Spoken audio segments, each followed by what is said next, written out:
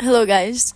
Today, it's a different setting. I don't know why. I felt like doing it in my bed. I mean, I was laying in bed already, and I was like, why don't I just do this from my bed? This is probably like the worst thing I could have ever chosen. Um, it's the day.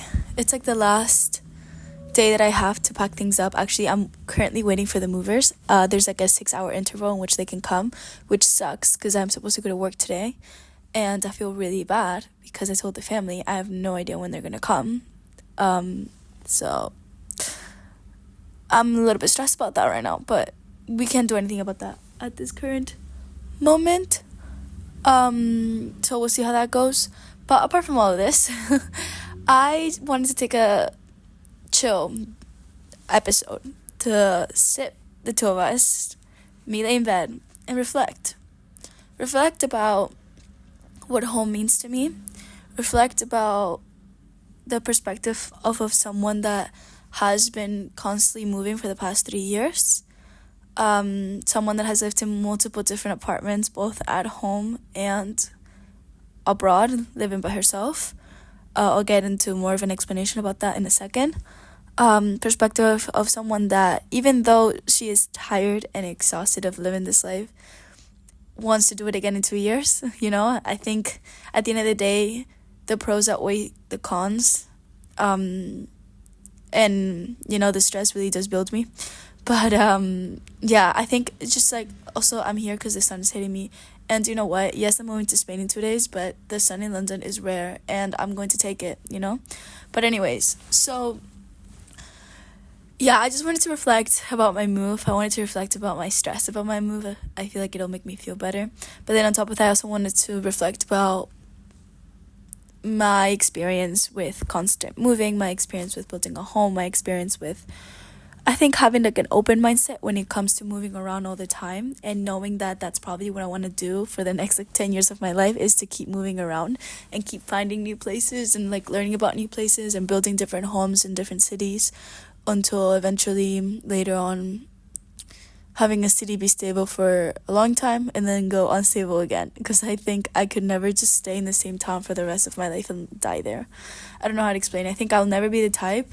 I think the way my parents wired my brain at 10 years old wired it so I will never ever ever stay in the same city for longer than 10 years. And I'll get into that in a second.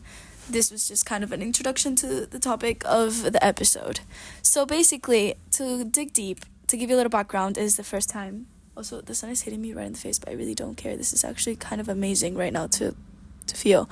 But to give you a little background, I am originally from the Canary Islands. I was moved to Miami, Florida at 10 years old by my lovely parents. It was actually on my birthday, the day that I moved. Crazy. Well, it was like 2 days after. Basically, I turned 10 when I moved to Miami, right on the second. So basically at 10 years old. I lived in Miami till I was 18. The week I turned 18, 2 days after turning 18, I moved to London to study here for a bachelor's degree for a university. And ever since I've been living in London, my degree was like a 2.5 year program, almost. No, honestly, yeah, not even 3 years, 2.5 years. So I lived in London for about 2.5 years. And now I'm on my way to move to Spain. Not definite where. That's a lovely, lovely question. I know you're probably asking yourself, how do you not know where you're moving if you're moving in 2 days? Well, I'm moving to Madrid for 3 months for sure, because I'm going to start an internship there. But then in September, I'm either doing Barcelona or Madrid. Right now, if I could choose, I would do Barcelona just because I feel like I've already done Madrid and I will be doing Madrid now. Plus, I think I need the ocean after being away from it for a long time and being someone that was born and raised in the ocean, especially in an island, both in Miami and in the Canary Islands. And then post those 2 years in Spain, I want to move to Australia for a year or two. Probably after that, maybe the US for another year or two. Maybe back to Spain after the US. Yeah, it's just a lot of moving around that I will be doing over the next decade of my life, and that's okay. And you know what? That is what's supposed to happen. Well, what I want it to happen, basically. Not what's supposed to happen, but I think what my life path is determined to be, in a way, and also what I think is gonna make me the happiest and what I've known my entire life. My entire life, I've known that it is normal and it is encouraged to move around.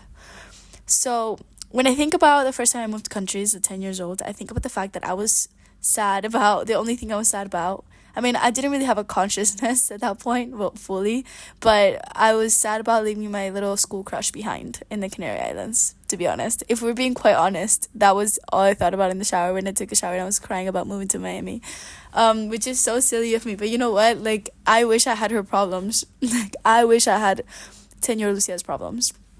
Once I moved to Miami, I mean, obviously when you're a kid, you don't really realize that you're moving away from your family and that you won't see them for that long. You know, I was used to my grandparents always picking me up after school. My grandpa would walk over to paddle practice and he would walk me back to his house. I remember every single weekend and like every single time I wanted to sleep over at my grandma's house. Like, I grew up very close with my family, you know? It's not like I never saw my family. I saw them every week, almost every single day, my grandparents and my cousins and stuff. So I don't know why little Lucia didn't really realize that she was going to be moving away from her family. She was more worried about not seeing her little school crush when moving to Miami. But that was my priorities at the moment. Once I moved to Miami, I honestly don't remember a lot of hardship. Like when people tell me, oh, it must be crazy to have moved to Miami, you know, so young, like such a change of life, culture. And honestly, I think I was so young that I didn't really realize. All I remember is that I thought it was like summer camp. I walked into class first day of 5th grade in Key Biscayne Community School, and I remember thinking this is like camp, you know. I was also put in a program for kids that were just learning English and just had moved to the US. So I was with kids that spoke Spanish, mostly because it's Miami. They mostly just moved to the US, they spoke Spanish, and we were all in the same position in a way. Like some people had been there for a year already or maybe half a year, but everyone in that class that I got put in had just recently moved to the US and they were learning English. So all of our classes were in English, but we also had specific classes where we would be taught English and we would be worked on our grammar and our pronunciation and things like this. And I was in that program for like 3 years. And then you had to take a final exam to get out of that program. So, and most of my friends, we all did the same amount of years and we all passed the program at the same time. So I don't remember any hardships. I remember it being a very smooth process, to be honest. I also got really lucky. My parents moved to a really wholesome, nice, tight little town. So all my friends lived like a 5-minute walk from me.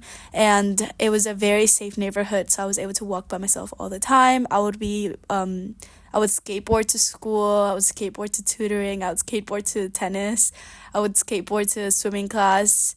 Then I would be biking to class, if I wasn't with my penny board, actually. I had a longboard at some point. But if I didn't have my penny board, then I would bike to class. And then on the weekends, we would go biking. This is like, why was this such a routine? If Atma is listening to this, she's going to know exactly what I'm talking about. Why were we every single Saturday? I was the camera friend, by the way. I was the one with the camera.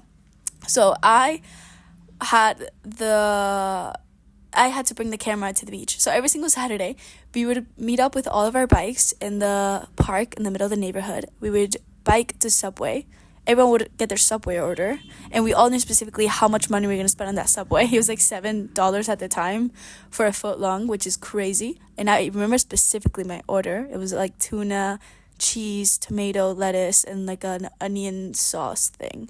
And then we would all get like a Coke Zero or water or lemonade and then bike over to the beach with the Subway. And then we would spend the full day at the beach taking pictures. We weren't even in the water. Like if we were in the water for an hour, but it was mostly pictures. If you look at the Instagram of every single teenage girl that lives in Miami, it's mostly pictures at the beach. They weren't even inappropriate pictures, to be honest, because when you think of bikini pictures and teenage girls, like you probably think inappropriate pictures. I was never the type to post inappropriate pictures. I mean, there were a lot of girls from my high school, which honestly I look back at those Instagrams and I'm like, what were you thinking? How did your parents not stop you from posting things like this? Like, this is crazy. Like, I don't even know if this is supposed to be on the internet, out this in the open. But it wouldn't even be inappropriate pictures for my friends and I. It would be pictures of us hugging, pictures of us with like food, maybe the typical pictures where you like cover your eyes. Like, it was such Pinterest, Tumblr era But we'd be in the beach doing that nonstop every single Saturday. That was my Saturday. Every single Saturday. I'm not kidding. Like my Instagram, it's so funny because you can see the change between when I matured. My Instagram 5 years ago was all bikini pictures. I remember once telling my friend, this is crazy, I don't have a single picture with clothes on. Again, they weren't even inappropriate bikini pictures. Like, there would be nothing from the waist down, and like I would have the bikini top on, but it wouldn't be like a provocative top, to be honest. So yeah, sometimes some pictures were like oof, but also sometimes the pictures were like whatever, like I never really got a comment from anyone in my family, and I know for sure they would have said something if something was up. But back to the whole point, my entire Instagram 4 years ago was just bikini pictures. Now I don't think I have one. I don't think I have a single bikini picture. That is crazy. I feel like that's the sign of matureness. That's how I know that I've matured. Also, that I don't live close by the beach anymore. Like, if I lived close by the beach, I would have like one or two. But this is crazy. Anyways, back to the whole point. So that was my experience with Miami. Imagine I am from Spain and I am from the Canary Islands, but if you do your primal, like, elementary school years, your teenage years, all of high school, then you kind of develop more of a accomplice, I don't know how to explain it, with Miami than I did with the Canary Islands. One, because I didn't go to the Canary Islands for like 4 years straight at one point. Like, I honestly wasn't going often. It is very far. And yeah, it was just very far and very expensive to go, honestly, to the Canary Islands from Miami. And then at the same time, I was around Americans all the time. Not even Americans. I was around Latinos, but Latinos that had been born in the U.S. or had been in the U.S. long enough for them to be American more than... I don't know how to explain it. Basically, Americans, point blank. So I started becoming more of an American than Spanish, to be honest. I lost a lot of my Spanish vocab. I developed such a strong relationship with Miami and the U.S. and also traveled all around the U.S. with my parents. We did road trips everywhere. I think there's only 3 states that I haven't been to right now. So I'm lucky enough that I got to experience the U.S. to its full and finest form. The good and the bad, I honestly I'm not like the most pro-America person ever, but I do appreciate its beauty and the amazing things that it has and how beautiful and amazing it can be. And but I also believe that there's a lot of negatives within their culture, within their country, within the way that it's like, public transport system, their capitalist society, their consumerism is crazy, their values sometimes in some states, because it really does vary by state. Every state is like a different country. It looks the same, but the people and the culture just vary so much that you can't compare someone from California to someone from Arkansas. You really can't. It's like 2 completely different countries for them. So yeah, point there. But I will say I see the good and the bad in the country, and I think I just resonated more with the U.S. because I spent more time in the U.S. By the end of high school, I became friends with people from Spain that often went to Spain, so I started getting more of an idea of maybe I should be connecting back with my culture, and that's when I decided that I wanted to go to school in Europe. I applied to schools in Spain, I applied to schools in the UK, I applied to schools in France. I think I didn't apply to 3 to 4 schools in the US and like 20 in Europe. Because at that point I had been friends with people that were more European than American, and they really valued Europe and they really loved Europe, and I decided that I really wanted to connect back with my culture because, I was from this amazing place, and I obviously spoke Spanish with my parents, but it was very broken and I couldn't really keep up a conversation fully in Spanish. And whenever I went back to the Canary Islands to visit my grandparents or my cousins and uncles, I couldn't really connect with them, or they'd constantly make fun of me for not being able to speak to them in Spanish or not really knowing things about my culture. And at some point I was like, I have to wake up. Also, I realized that it was cheaper to go to school in Europe than it was in the US, and I realized I don't want to put my parents through debt. And I could have gone to Florida for free, the universities, but because I had a specific program, diploma, but I also realized that I didn't really want to spend that amount of money to stay, because I would still have to pay for stay and stuff, and also Gainesville or Tallahassee are very far away from, those are the only 2 schools I honestly would have gone to, very far away from Miami either way. So I'm just like, why would I stay with the same people from high school to also be kind of far away from my family either way? And then it just didn't make sense. I also realized that I wasn't meant to be in a college campus in the middle of nowhere. Like, there's people that generally do well in that environment, I think I would have never done well in that environment. I think I would have crashed and burned. And I also knew that if I wanted to move places, I would have had to. I would have never moved. If I would have gone to school in Florida, I would have never gotten out of the country. I would have become such an American, and I would have never even thought of leaving the country ever to live. I would have gone to visit and travel, but I don't think I would have traveled that much. And then at the same time, I think I would have stayed in the U.S. for the rest of my life, which I knew from an early age that I didn't want to do that. I think because I grew up with a father that's constantly traveling. I grew up when I moved to Miami. I kind of opened my eyes of, oh, you can move and life is still amazing and happy, and I can still have as much of fun and friends in another country when I moved than I did back home. So my brain was kind of already wired to, you can move and things end up fine. And then also I saw my dad constantly traveling, and I was like, I want to do that as well. Like, that was the norm for me. I saw my dad all the time traveling every 2 weeks or every week, and I'm like, okay, like, that's the normal. My brain kind of just, my brain just chipped himself into thinking that's the normal. Like, why aren't people traveling? For me, I met one person that didn't have a passport till 18 years old, and that to me was crazy. I couldn't believe it. I thought they were pranking me. I was genuinely in shock. To not have a passport your entire life, for me, I would have felt so claustrophobic to never leave the country, and this is coming from someone that, if I left the country, like, there's a period in my life for 4 years I left only to the Bahamas for one weekend and then to Mexico to visit my uncle, but then I was around the US. Those years for me, I remember I was dying. I have a picture of me in Maine, of my Snap Maps memories of me being like, I love Maine, but I need to get the fuck out of this country because it's been 4 years and I haven't touched Spain, or I haven't left anywhere that's not the highway of the US, and I was so done with the US by then. But to my memory of that trip right now, I was like, oh, pretty Maine, like, I love Maine. If I think there was someone last week that was asking me about the prettiest state in the US, and I was like, honestly, Maine in the summer is beautiful. But then during that time, I was like, get me the fuck out of that country. I can't do this anymore. So it's very interesting how perspective changes over time. But anyways, so I think that was like the first click in my brain of, it's okay to move. This is what's supposed to happen. You have to travel all the time. Like, a plane is the regular trajectory that you should take. Obviously, I don't know if this is the best mindset to have around life, but it is the mindset that I developed at that point early on in my life. And that's what led me to want to do college abroad. For multiple reasons, which I don't want to go into right now, I decided to go to school in London. I wasn't so thrilled about going to London. I would have preferred other options, but at the same time, I had friends that were also coming to London, and I was like, okay, this is amazing, I can make this work, so I accepted school in London. I remember I was very sad that day that I accepted school in London, and I came to London. I had a horrible first year. We've already gone through this in another episode, but a horrible first year. By the end of the first year, honestly, it did get really good, but the first semester was horrible. I ended the first year, like, into summer, thinking, I don't want to go back. Let me make anything and everything possible to not go back to London in August. Ended up going back to London fresh out of a breakup. Thought it was going to be worse because, on top of the fact that I didn't really like London, I was going through a breakup at the same time, and ended up loving it.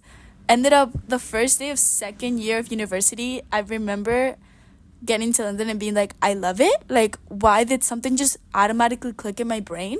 I remember I thought I was going to be crying the entire day. I remember I scheduled a hangout with a friend. I was like, can I see you this day when I move back to London? Because I think I'm going to have an emotional breakdown. I need someone with me. And I remember I was so happy. I was smiling from ear to ear. I remember I was like, I'm so excited to be back. Like, this is so odd. Why did something just click on the plane? It's like my brain automatically changed, completely wired itself on the flight back to London. So I ended up loving it. I don't know what happened. I think different mindset. I think when you're ready for a change and you just really embrace it, I think when you're so desperately wanting a change and something does change, you just open up your mind to more positivity. I don't know how to explain it. I think I reached such a low that at some point the only thing I could do is go up, if that makes sense. I think it's true. Once, the good thing about reaching breakdown is that you can only go up from there. And I think I reached such a low that there was nothing for me to do but try to be positive about the situation, and it just ended up working out on my favor. Ended up living with a rat second year. This was my second flat, by the way. Second flat in London. First year I was living by myself in a studio. Second year I lived with a friend. Third year, now I'm living with another friend. Between those summers, because only during the school year I'm in London, between the summers, I had to move to one summer. I was living in Madrid for 3 months out of a friend's guest room, and I didn't even have a closet for those 3 months. Then I had to move between different islands in the Canary Islands, and then I had to move between different houses in the island where I'm from. And then my parents were also houseless in Miami. They put everything in boxes that summer. They were also traveling all of Spain through a road trip while I was in Madrid. And then by the end, when we came back to Miami, we were living off of a friend's house because we didn't have a house yet in Miami. And then finally moved to a house in Miami, well, to an apartment in Miami. And a week later, I was going back to London, so I had to move into another flat. So it was like 6 months of me not having a proper place to live. Then the summer after last summer, so last summer, I was also in Boston, living in a dorm with my best friend for 3 months. Then I moved to Miami for 3 weeks with all my stuff, by the way. This is all my stuff going with me everywhere for 2 weeks. And then I have nothing in Miami, by the way, for context. For 2 weeks in Miami. Then I moved to, I went to Canarias with all my stuff for 2 weeks. Then I did a trip around all of Spain, and then I went to Italy, and then I went to Costa Rica for my birthday, and then I went to Madrid, and then eventually ended up in London. So that was another summer of living out of suitcases and everything in boxes. Finally moved to this apartment in September, and now I'm moving out, and I'm doing another summer of living through suitcases until September. Round of applause, please. So we can say that I've been living off of suitcases for the past 3 years. I've lived in 5 different apartments. No, if we count the dorm in Boston, I lived in 6 different places within the past 3 years. That's crazy. So now that I'm 2 days away from moving to Spain, now that I am 2 days away from starting my suitcase journey again for the next 4 months, which are going to be kind of exciting, kind of scary, kind of sad, kind of bittersweet, because I'm excited for the new journey in Madrid. I don't have an apartment that I'm moving to. I'm going to be living with family friends again. I also have to figure out moving situations because I am moving out of the UK permanently, so I have to, deal with a lot of stuff like phone number change, bank account, things like that, which have been stressing me out. I am also dealing with, I'm very blessed, very happy that I get to do this, but I'm going on a graduation trip for more than half a month around Southeast Asia. And then I will be also going around maybe Eastern Europe, and then back to London for a week for graduation, and then whichever city in Spain I end up in. Lucia is cooked. Lucia, that was very American of me.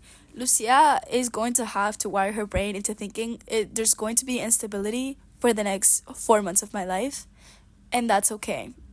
And we're going to have to embrace it, and we're going to have to push through, and we're going to have to understand that that's what's bound to happen, and it's for the best because it allows me to travel. It allows me to try a new city for 3 months without having to pay rent. It allows me to see family, see friends, see my boyfriend, like do things without bringing myself down to a place. I don't know what to call it. Bueno, whole point of this,